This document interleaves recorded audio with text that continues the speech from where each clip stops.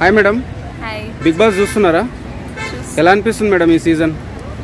అంటే ఇదివరకు ఉన్నంత ఇంట్రెస్టింగ్ అయితే లేదు, కొంచెం డంబ్ కంటెస్టెంట్స్ ఉన్నారేమో అని ఫీలింగ్. ఎవరు మీ ఫేవరెట్ కంటెస్టెంట్ ఎవరు? నిఖిల్. ఎందుకు నిఖిల్? నార్మల్గా వచ్చిన 2 days అయితే స్ట్రాటజీస్ కానీ, ఆయన గేమ్ ప్లానింగ్ కానీ, అండ్ ఆయన ఉన్న విధానం కానీ, అబౌట్ నార్మల్గా 2 days చూసినంత వరకు అయితే టాప్ 5లో పక్కా ఉంటాడు అన్న ఫీలింగ్ అయితే నాకు ఉంది. నిన్న ఎక్కువ నామినేషన్లు నిఖిల్కే పడ్డాయి. నీ బిహేవియర్ బాగాలేదు, అన్నట్లో ఇన్వాల్వ్ అవుతావు అని ముఖ్యంగా అందరు అదే చెప్పారు. మీకు ఎలా అనిపించింది?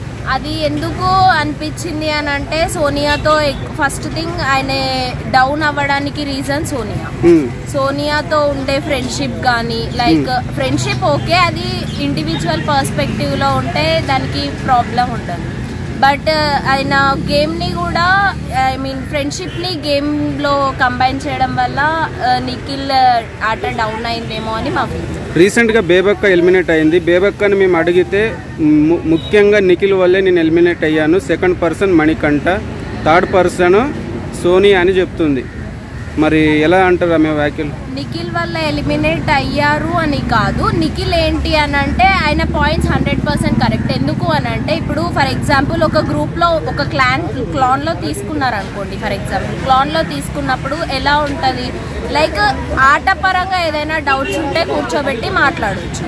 ఒక ఇండివిజువల్ పర్స్పెక్టివ్లో ఆపోజిట్ పర్సన్కి నాకు పడట్లేదు అని అంటే, ఇంకొక పర్సన్ వచ్చి దాన్ని సాల్వ్ చేయాలని చూస్తే ఆబ్వియస్గా అది ఇంకెక్కువ డిస్టర్బెన్సెస్కి ఛాన్స్ ఉంటుంది. ఎందుకంటే నువ్వు ఒక వైపే లైక్ సపోర్ట్ చేస్తున్నావు, ఇంకో వైపు చేయట్లేవు అని. ఇప్పుడు ఒకరికి సపోర్ట్ చేస్తే ఇంకొకరికి కోపం వస్తుంది ఆబ్వియస్గా.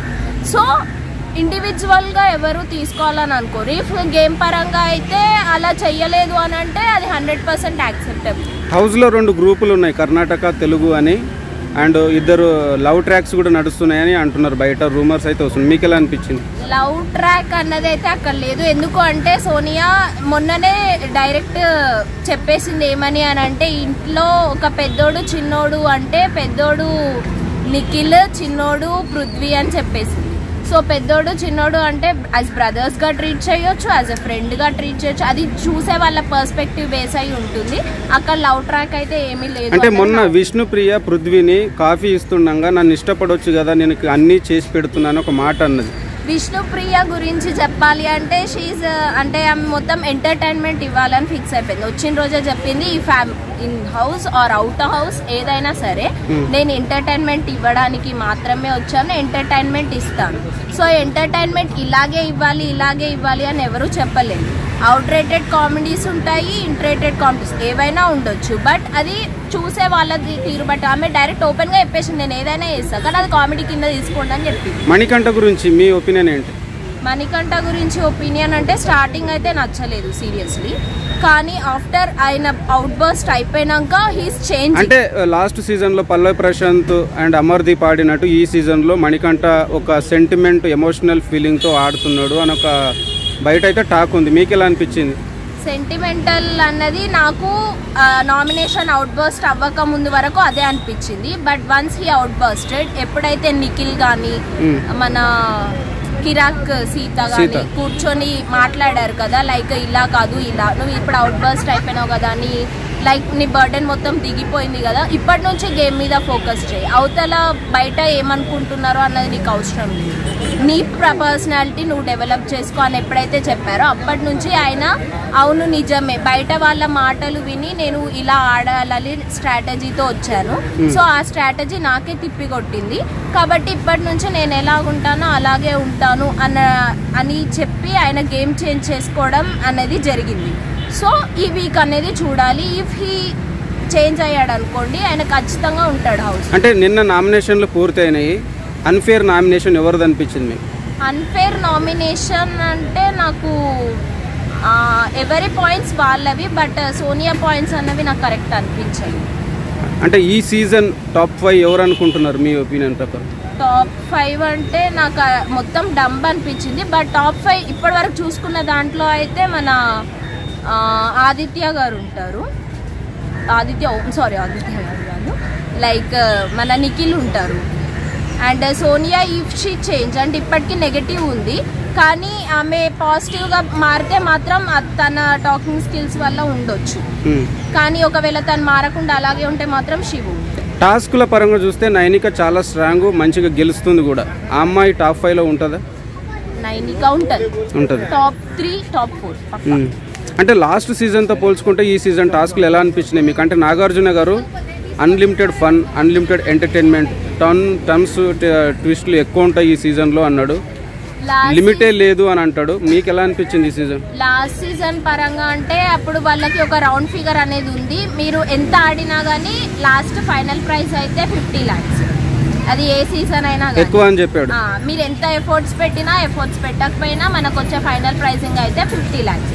కానీ ఈ సీజన్లో ఏంటి అంటే వీళ్ళకి అన్లిమిటెడ్ అని చెప్పినందుకు వీళ్ళు పాజిటివ్గా ఆడితే వాళ్ళకి 50 lakhs కన్నా ఎక్కువ కూడా రావచ్చు కదా. సో వాళ్ళ గేమ్ ప్లానింగ్ బట్టి, వాళ్ళ పాజిటివ్నెస్ని బట్టి వీళ్ళు ఆడిన దాని ప్రకారం 50 lakhs కన్నా ఎక్కువ వస్తే ఈ సీజన్ కంటెస్టెంట్స్కి చాలా ప్లస్ పాయింట్ అవుతుంది. అది వాళ్ళు గ్రాప్ చేసుకోవాలి. బేబక్క ఎలిమినేషన్ మీకు ఎలా అనిపించింది? అన్ఫేరా ఫేరా? బేబక్క ఎలిమినేషన్ ఫేర్. అంటే ఆమె కంటే కొంచెం అన్ని విధాలుగా కొంచెం అంటే టాస్క్ల పరంగా, కిచెన్లో వంట పరంగా, అంటే అందరిలో కనిపించే పరంగా చాలా మంది ఉన్నారు.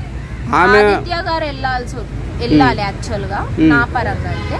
బట్ అది అబౌట్ తను కుక్కర్ ఏదైతే టెక్నికల్ ఇష్యూ ఆ బేసిస్ మీద చాలా మంది కొట్టడం తోటి అండ్ నిఖిల్ది కూడా కొంచెం ఎఫెక్ట్ అయింది. యష్మి గురించి ఏం చెప్తారు? నైట్ యష్మి ప్రేరణను సేవ్ చేసింది, కరెక్టేనా?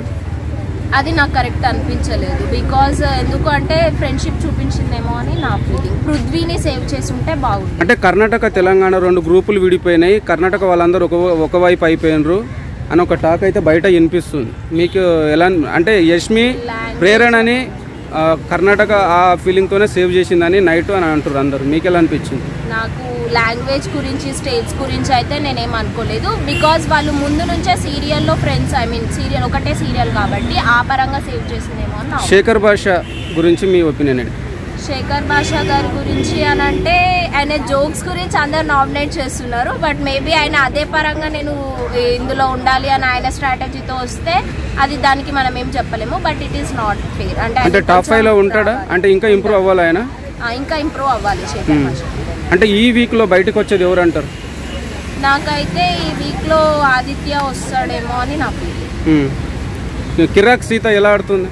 కిరాక్ Sita she stick on her points. తను ఏం చెప్పినా కానీ దాని మీద స్టిక్ ఆన్ అయి ఉంటుంది. బట్ తను ఎలా అంటే ఈ వీక్ నాకున్న పర్స్పెక్టివ్ ప్రకారం ఆదిత్య ఓం, కిరాక్ సీత. సో కిరాక్ సీత ఆట డెవలప్ చేసుకుంటే ఆదిత్య ఓం గారు ఎలిమినేట్ అవుతారు, లేదంటే ఇన్ బిట్వీన్. ఓకే, ఫైనల్గా ఈ సీజన్ విజేత ఎవరైతే బాగుంటుంది అనుకుంటారు? ఈ సీజన్ విజేత అంటే నేను నిఖిల్నే చెప్తాను, ఇఫ్ అతను చేంజ్ చేసుకుంటాను. Okay madam, thank you.